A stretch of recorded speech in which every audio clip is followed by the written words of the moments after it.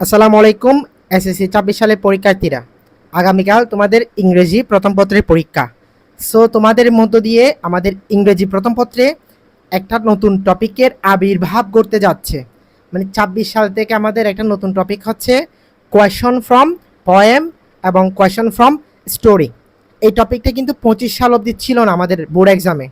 So তোমাদের মাধ্যমেই কিন্তু এই টপিকটা শুরু হয়েছে এবং ম্যাক্সিমাম শিক্ষার্থীদের মানে হার্ড টপিক হচ্ছে এইটা।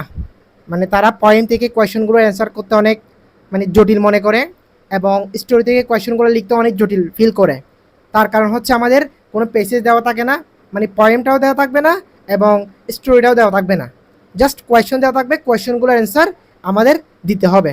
সো আমি তোমাদের টেক্সট বুকে অনেকগুলো পয়েমের মধ্যে জাস্ট 4টি মাত্র পয়েম রেখেছি, যেগুলো আজকে তোমরা রিভাইজ দিলে আশা করি এখান থেকে তোমরা আগামীকাল কমন পেতে পারো।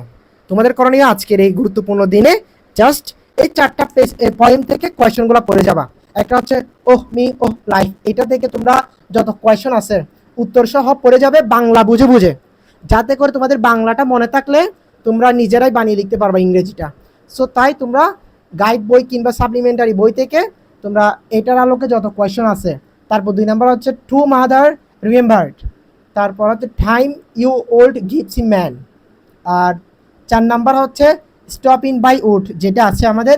এই 4টা পয়েন্ট থেকে তোমরা কোয়েশন পড়বা বাংলা অর্থ সব বুঝে বুঝে, বাংলা অর্থ বুঝে পড়তে হবে, যাতে করে তোমরা বাংলাটা অ্যাটলিস্ট মনে রাখতে পারো, এতে করে ইংরেজিটা বানিয়ে লিখতে পারবা। সো তোমাদের পরবর্তী ভিডিওতে আমি কোয়েশন ফ্রম স্টোরি ওইটার আলোকে আমি 4 থেকে 5টা স্টোরি দিয়ে দিব, যেগুলো থেকে 100% প্রশ্ন আসবে। সো সবার জন্য শুভকামনা। তোমরা ভিডিওটি দেখার পরপরই কিন্তু পড়া শুরু করে দাও। 1.5 থেকে 2 ঘন্টা সময় দিলে এই 4টার আলোকে কোয়েশনগুলো রিভাইজ হবে। আশা করি অনেকেই আগে পড়েছো, যারা পড়ো নাই তারা একটু মনোযোগ দিয়ে পড়বা টাইম নিয়ে, যাদের আগে পড়া আছে তারা একটু রিভাইজ দিবা। সো ধন্যবাদ সবাইকে, আল্লাহ হাফেজ।